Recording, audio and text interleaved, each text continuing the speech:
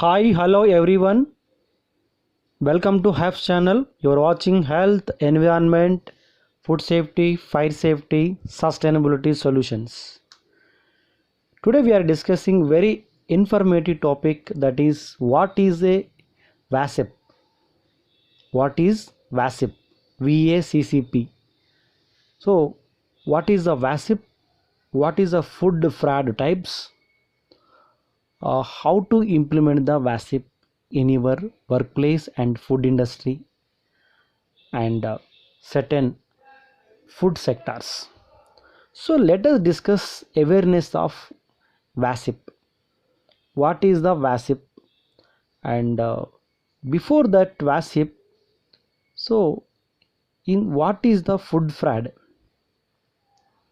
Food fraud is the deliberate substitution, addition, tampering, or misrepresentation of food or food ingredients or food packaging for economic gain.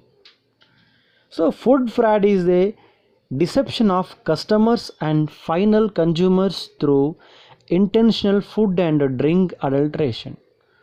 So this manner of tampering is manifested by means of substituting one product for another, misrepresenting labeling requirements. Example, country of origin, malicious contamination with harmful biological or chemical substances, adding adding unapproved, unauthorized additives or counterfeiting. This is called food fraud. So food fraud vulnerability assessment. A food fraud vulnerability assessment is a documented assessment that identifies vulnerabilities to food fraud and explains how those vulnerabilities were identified. A vulnerabilities assessment is slightly different to a risk assessment. A risk is something that has occurred before and will occur again. So it can be quantified using existing data. A vulnerability is a weakness that can be exploited by someone or something who wishes to profit or intends harm. Using the word vulnerability helps minimize confusion in the food industry, where risk assessment for food safety are commonly performed and well understood. So what is the reasons behind the food fraud? So what is the reasons? What exactly in that main corner or main reason for the behind the food fraud? So food fraud can be instigated at any point along the supply chain from farm to fork, and be it a raw material, a receiving raw material and purchasing raw material and ingredients and the final product and even in packaging. So monetary gain is the ultimate goal of the intentional food fraud by increasing its apparent value, reducing production costs, and selling the product for a price far higher than its worth. So that is that food fraud, adulteration and food fraud.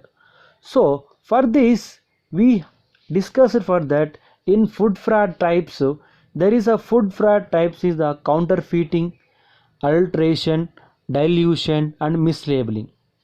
So counterfeiting means substitution of ingredients and products with similar package or the mixing of inferior quality ingredients to increase the volume of products. Example, counterfeit spices, saffron or oregano or pepper being mixed with a different material. So and adulteration.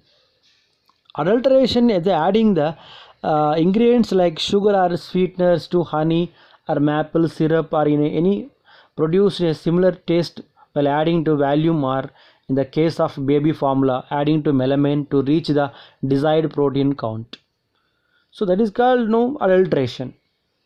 So we are adding that to another material for that more volume and more products and for this.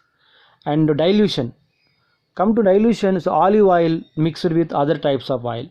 wine with grape blends, and fruit juices diluted in water, then mixed with other ingredients to produce a similar taste while increasing volume. And mislabeling. The mislabeling example are cases of horse meat mixed with beef, but labeled and sold as a beef. So organic food being sold but found to have a traces of non-organic ingredients, and mislabeled seafood being sold in the market. So like this is the food fraud types of the counterfeiting, adulteration, dilution and mislabeling. So for this, how to implement the WASIP and what is the WASIP? Okay, so in this WASIP, mainly WASIP stands for Vulnerability Assessment and Critical Control Point. VACCP, WASP.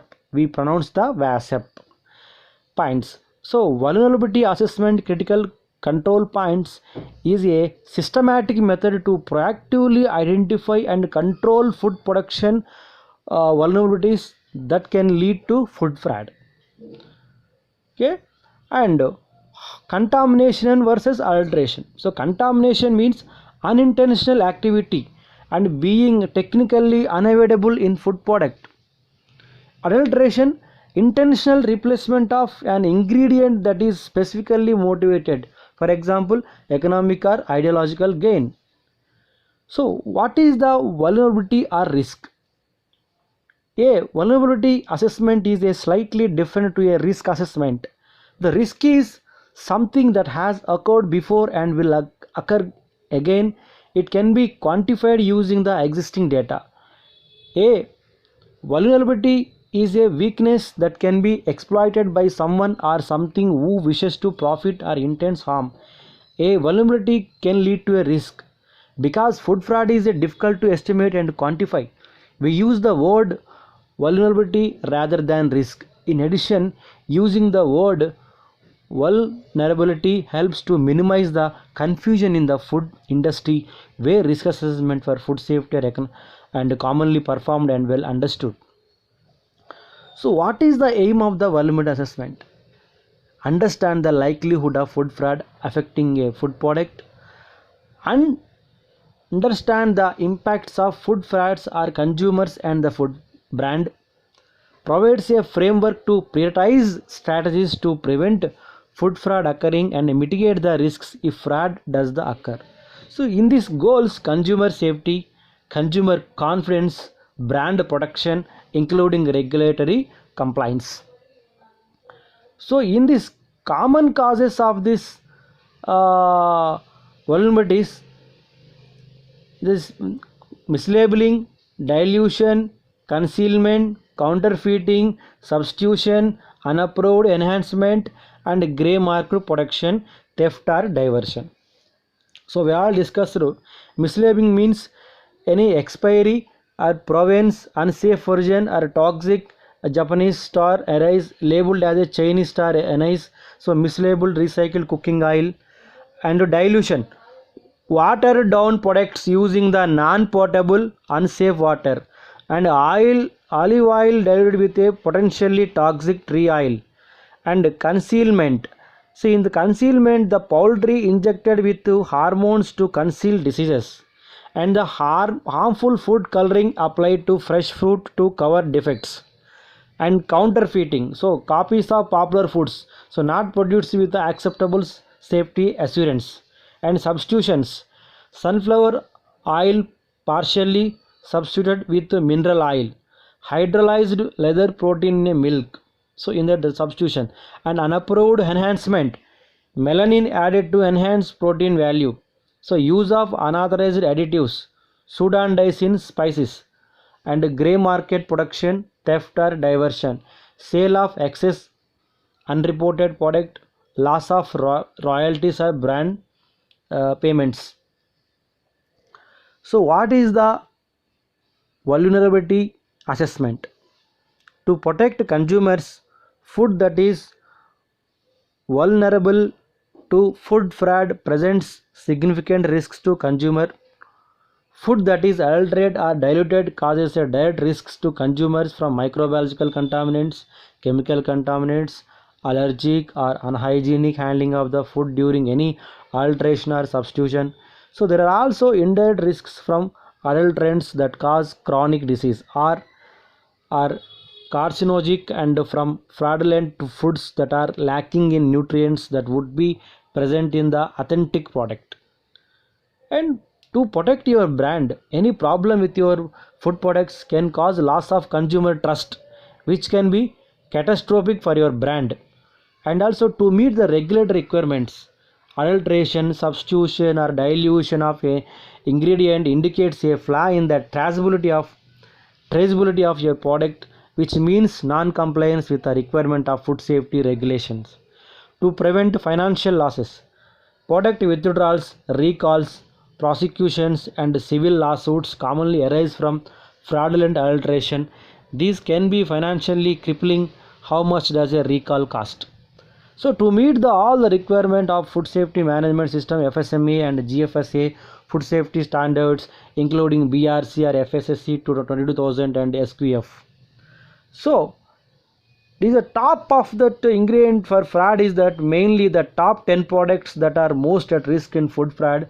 Number 1, olive oil and origin with mixing with other oil, and number 2, fish species quality and fresh versus frozen, third are wild or farmed, and third is organic foods, fourth is a milk is a origin type and dilution or melanin, fifth is a grains, it is a basmati rice or durum rice versus tender or wheat in pasta, good manufacturing origin, and sixth is the honey and maple syrup, sugars added origin, seventh is a coffee and tea, arabica, robusta origin, and varieties of grass cuttings, and eighth is a spices is saffron origin, chill colored with illegal dyes, 9 is the wine origin of PGI, and 10 is the certain fruit juices diluted 100% declared fruit.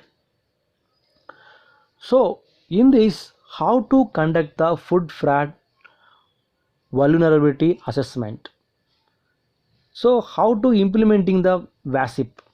So proactively finding fraud vulnerabilities in the supply chain by conducting food fraud vulnerability assessment and working to address issue in a timely manner is crucial to protect food and beverages from the food fraud and ensure consumer safety.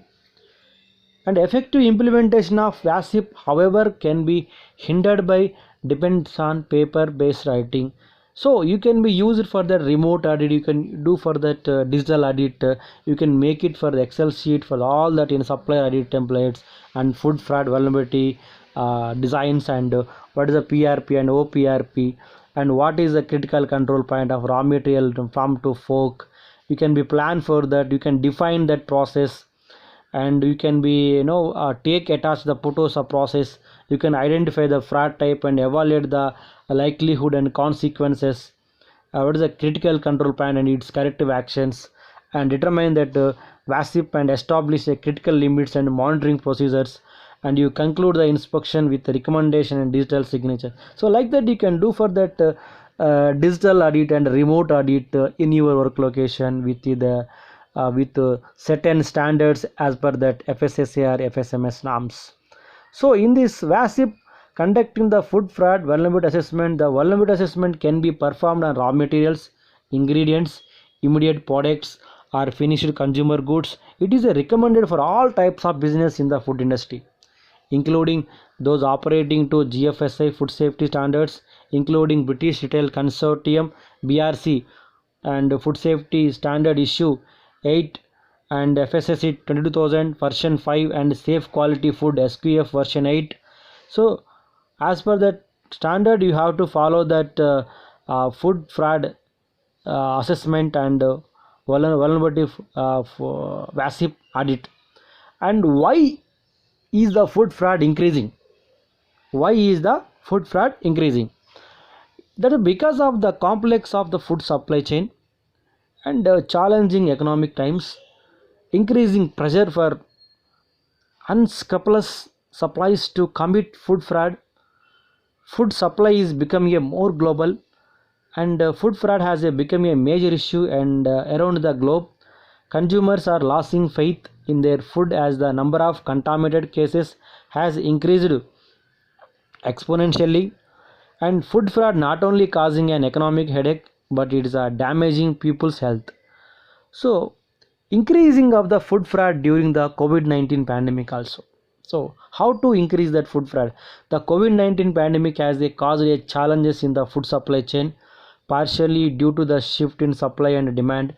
While some food manufacturers are left with tremendous surpluses, others are struggling to keep up with their customers' demand.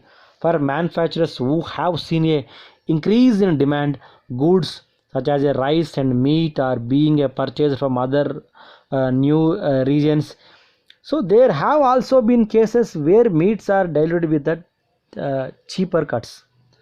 As manufacturers are finding themselves in a uh, precautions positions where their products are in high demand, delivery and bottlenecks and shortage from the supplies is occurring.